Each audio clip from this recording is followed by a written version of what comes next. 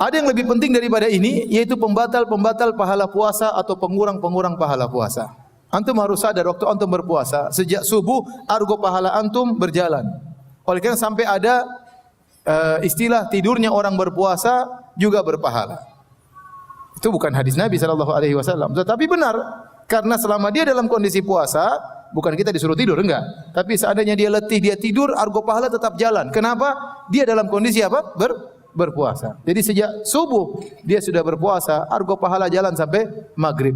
Makanya Nabi menyuruh kita menjaga kondisi ini. Kata Nabi SAW, as-sawmu junnatun. Sungguhnya puasa itu adalah perisai. Fa idza kana yaumu siyami ahadikum. Kalau salah seorang kalian sedang berpuasa, fala yarfus. Jangan dia berkata-kata kotor, berkata-kata keji.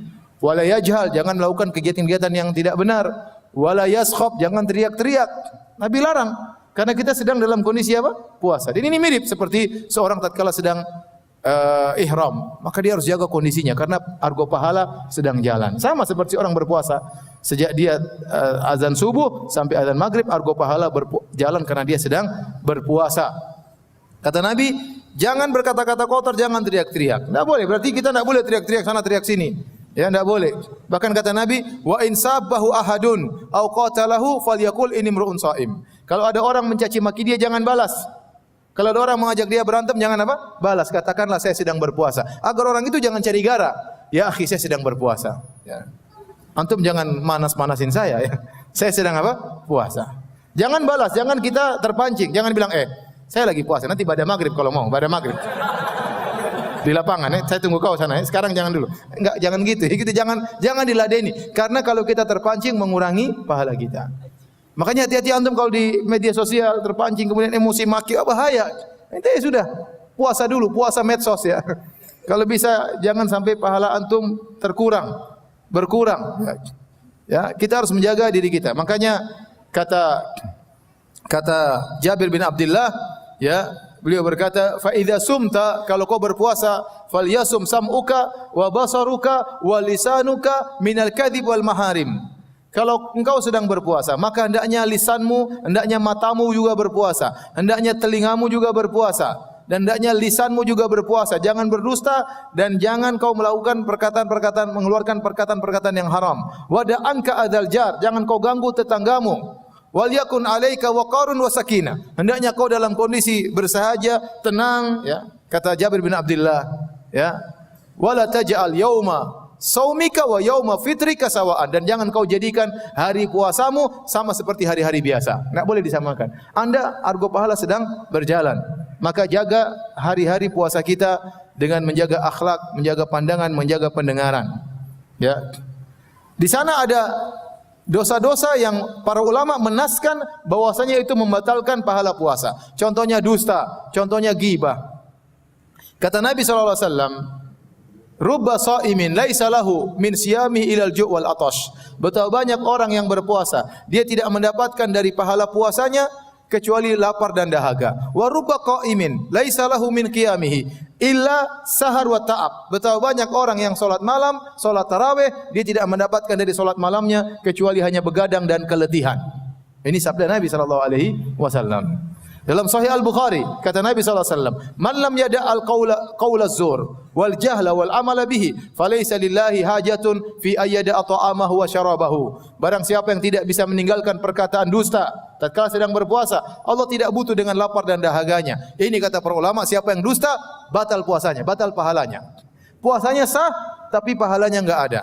Dan dalam Islam ada yang seperti ini, ibadahnya sah tapi pahalanya tidak ada. Contoh, seorang pergi ke dukun, maka solatnya tidak diterima 40 hari. Man ata kahinan aw arrafan fasalau an syai'in lam tuqbal salatu arba'ina yauman. Barang siapa yang datang ke dukun atau para tidak normal bertanya sesuatu, maka tidak diterima solatnya 40 hari. Dia solat 40 hari sah, tapi tidak ada pahalanya. Man syaribal khamra lam tuqbal salatu arba'ina yauman. Barang siapa yang minum khamar, dia sudah bertobat 40 hari, solatnya tidak diterima. Barang siapa berhaji dengan harta haram, tidak diterima hajinya. Kata sebagian orang dahulu, sebagian fuqaha mengatakan, barang siapa yang zaman dahulu berhaji dengan harta riba, harta haram, harta curian, harta merampok, harta menzalimi orang lain, maka dia pergi dengan ontanya, kemudian dia mabit di Mina pada tanggal 8 Zulhijjah, kemudian tanggal 9 dia pergi ke Arafah, kemudian dia wukuf di situ bersama ontanya, kemudian dia melanjutkan pergi ke Muzdalifah malam tanggal 10, kemudian selanjutnya, maka yang haji adalah ontanya bukan dia. Kenapa? Karena dia berhaji dengan harta yang haram. Dia berhaji dengan harta yang haram. Oleh karenanya bisa jadi seorang berpuasa tidak ada pahalanya. Meskipun sah, kita tidak bilang kamu harus ganti puasamu, tidak ada qadha, tapi pahalanya tidak ada. Di antaranya kalau dia berdusta. Hati-hati antum sekarang di zaman fitnah, zaman medsos, jangan berdusta dan jangan ikut menyebarkan berita dusta. Jangan ikut menyebarkan berita dusta. Saya pernah ngisi suatu pengajian di suatu stasiun televisi, ya, di titik-titik TV, pokoknya adalah. Saya ngisi di mereka pegawai, bukan di live, bukan, tapi pegawai-pegawainya. Dan saya sampai pada hadis ini, saya bilang orang yang berdusta pahala puasanya enggak ada. Maka salah seorang pegawai bertanya di hadapan mereka rame-rame, "Ustaz, kami di bulan Ramadan disuruh bikin berita dusta oleh direksi." Bayangkan. Kami disuruh bikin berita dusta oleh direksi. Yang tidak diterima pahala puasanya direksi atau kami juga. Saya bilang semuanya. Gimana direksi yang suruh ente kerjain? Tidak boleh. Ente tahu berita dusta, ente jangan sebarin. Sudah saya sampaikan hadis bagaimana Nabi melihat seorang disiksa di alam barzakh sampai hari kiamat. Tentang seorang kadzab yang bibirnya dirobek, mulutnya dirobek sampai hari kiamat. Ditanya, Nabi bertanya, siapa ini? Kata Jibril, kadzabun yakdzibu bikadzbah fatuhmalu anhu hatta tablughal afaq. Seorang yang berdusta dengan satu dusta, maka di-share dari dia sampai menyampai penjuru dunia, maka disiksa sampai hari kiamat. Sekarang antum kalau mau dusta gampang, ente bikin dusta, enter, sudah tersebar kemana-mana, puasa ente tidak ada pahalanya sama sekali. Di antara dosa yang dinaskan oleh para ulama membatalkan pahala puasa adalah ghibah. Ini hati-hati. Ini masa-masa ghibah ya. Zaman-zaman ghibah sekarang ini. Oleh karena kita hati-hati, jangan kita spekulasi dengan pahala puasa kita. Sudah enggak usah ghibah. Kalau Anda ternyata dalam grup ada grup ghibah, Anda left. Anda bilang, para bapak-bapak yang terhormat, saya mau left. Sampai ketemu habis Ramadan. Udah, ente daripada ente datang masuk dalam majelis ghibah, ente tidak bisa menegur, ente di situ ikut melihat ghibah, ente tidak bisa mengingkari, penting ente keluar. Dan ini terutama ibu-ibu karena bahaya, ghibah paling banyak di ibu-ibu. Ngerumpi paling banyak di ibu. Kalau bapak-bapak biasanya tidak ya. Biasanya kalau bahasanya tentang poligami, bukan tentang ghibah. Ibu-ibu, ya ini bahaya, masalah ghibah ini hati-hati. Karena ini bisa membatalkan pahala puasa. Adapun Ibnu Hazm Al-Andalusi dalam kitabnya Al-Muhalla, dia berkata, siapa bermaksiat puasanya batal, bukan cuma pahalanya, puasanya batal, harus diqadha. Ini pendapat Ibnu Hazm, tapi pendapat tidak kuat. Yang benar puasanya tetap sah, tetapi pahalanya yang apa? Yang batal. Oleh karenanya tadi kita ingat nasihat dari Jabir bin Abdullah, "Idza sumta," kalau kau berpuasa, falyasum sam'uka wa basaruka. Hendaknya pendengaranmu puasa, matamu juga puasa. Dan ikhwan kita sekarang di zaman yang penuh dengan fitnah, ya. Antum selama di bulan Ramadan jaga pandangan. Kalau bisa tidak usah nonton macam-macam, enggak usah nonton. Kalau bisa enggak usah nonton berita, enggak usah nonton. Karena ente nonton berita, yang bawa berita cewek. Cewek cantik, pakaiannya seksi. Dia tidak tahu bulan Ramadan. Dia tidak peduli ya. Ya.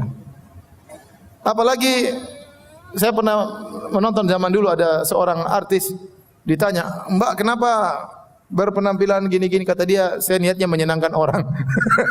Repot. Bulan Ramadan dia pakai jilbab menyenangkan para penontonnya ya. Ini membuat pahala orang-orang kena roaming seluruhnya. Ya, berkurang. Kalau kita melakukan maksiat, pahala kita berkurang. Makanya ada teman saya pernah cerita, "Ustaz, saya pernah umrah, habis umrah travel bawa ke Mesir, kemudian kita nonton tarian perut di Mesir."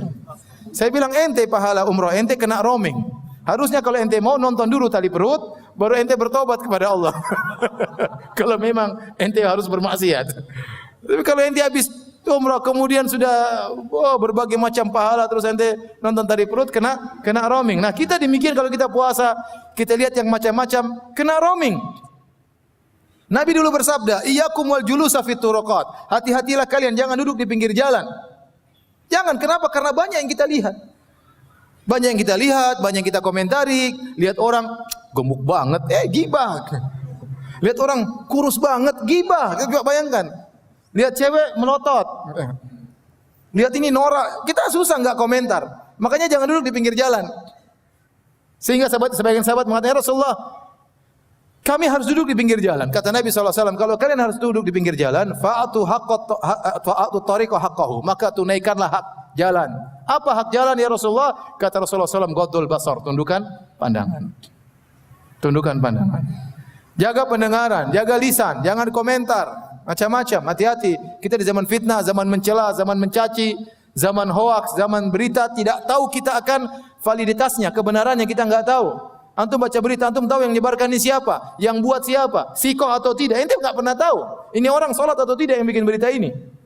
Ya. Oleh karenanya seorang hati di bulan Ramadan mending jangan macam-macam deh.